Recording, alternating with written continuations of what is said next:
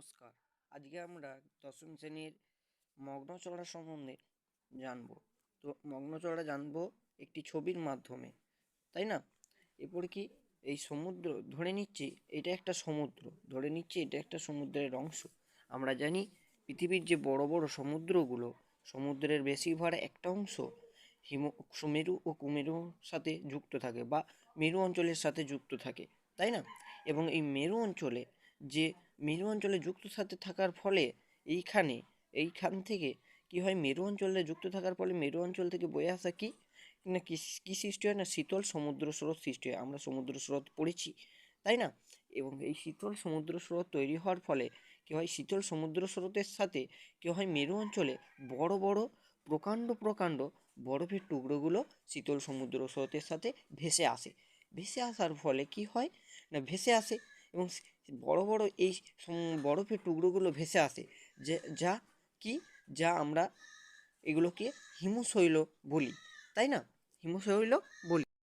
আমরা জানি এই হিমশৈল অর্থাৎ আটলান্টিক মহাসাগরে যখন আমরা পড়েছিলাম যে টাইটানিক বিখ্যাত সেই বিলাসবহুল জাহাজ, সেই টাইটানিক এই হিমশৈলের সাথে সংঘর্ষের ফলে সেই টাইটানিক ধ্বংস হয়ে যায়। কেন? কারণ হিমশৈল এই 10 ভাগের মধ্যে 1 ভাগ কি না সমুদ্র জলরাশির উপরে ভেসে থাকে এবং 9 ভাগ সমুদ্রের জলে নিমজ্জিত থাকে, তাই না? এইটা এরপরে কি এই হিমশৈলের মধ্যে কি হয়, হিমশৈলের মধ্যে যেহেতু মেরু অঞ্চলে হিমশৈলটা মেরু অঞ্চল থেকে ভেসে আসছে, তাই হিমশৈলের মধ্যে কি থাকে, মেরু অঞ্চলের যে উদ্ভিদ বা প্রাণীর দেহাবশেষ, এছাড়া এই হিমশৈলের মধ্যে থাকা নুড়ি কাঁকড় বালি এগুলো কি করে থাকে না এই হিমশৈলের মধ্যে জমাটবদ্ধ হয়ে থাকে, তাই না?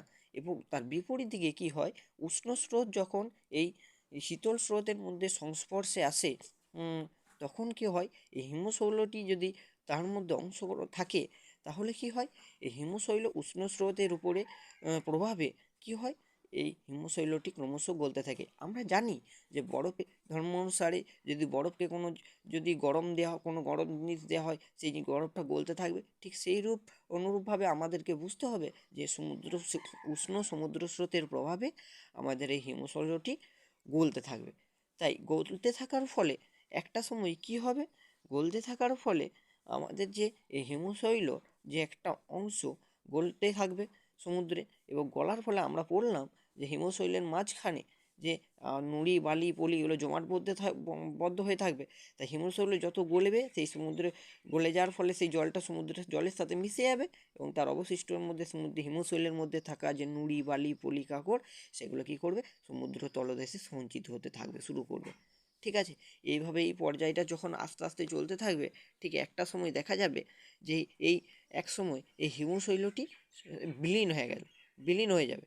বিলীন হয়ে যাওয়ার ফলে কি হবে, এই হিমশৈলের মধ্যে থাকা যে নুড়ি বালি পলি সেগুলো সমুদ্র জলতলে এসে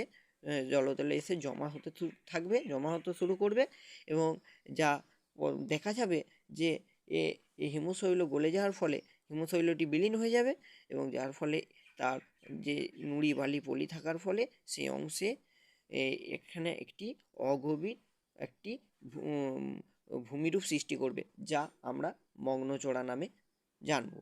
এই মগ্নচড়া কি আমরা জানি, নদীর মাঝখানে যদি কোনো বালি স্তূপ জমা হয় সেটাকে আমরা বলি চড়া। হ্যাঁ, সেরকম এটা মগ্নচড়া কেন, কারণ এটা জলের তলায় নিমজ্জিত অবস্থায় আছে, তাই না?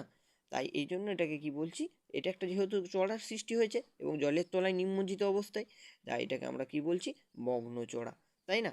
এই মগ্নচড়া মধ্যে অনেক বাণিজ্যিক গুরুত্ব আছে, তাই না? মগ্নচড়ার মধ্যে অনেক বাণিজ্যিক গুরুত্ব আছে। কি বাণিজ্যিক গুরুত্ব আছে আমরা জানি, এই এই মগ্নচড়ার মধ্যে যে উদ্ভিদ ও প্রাণীর দেহাবশেষ, হ্যাঁ, এর মধ্যে সঞ্চিত আছে। এছাড়া কি আছে, এখানে নুড়ি বালি পলি কাদা মিশে আছে, এখানটা একটা অগভীর সমুদ্র সৃষ্টি করেছে এবং যার ফলে এখানে কি করবে, এছাড়া এখানে যে উষ্ণ স্রোত ও শীতল স্রোত মিলন হওয়ার ফলে এখানে একটি আদর্শ পরিবেশ বা জলবায়ু সৃষ্টি হয়েছে, যা নাতিশীতোষ্ণ জলবায়ু সৃষ্টি হয়েছে, যার ফলে কি করবে, ওই সামুদ্রিক যে প্রাণী বা পোকা মাকড় বা বা অনেক ধরনের মাছের সমাবেশ সৃষ্টি হবে এখানে। কেন? তারা তাদের খাদ্যের অনুসন্ধানে বা তাদের বাসস্থানের জন্য এই অরণ্যচড়াটাকে তারা আদর্শ জায়গা হিসেবে কি করবে, বেছে নেবে, তাই না?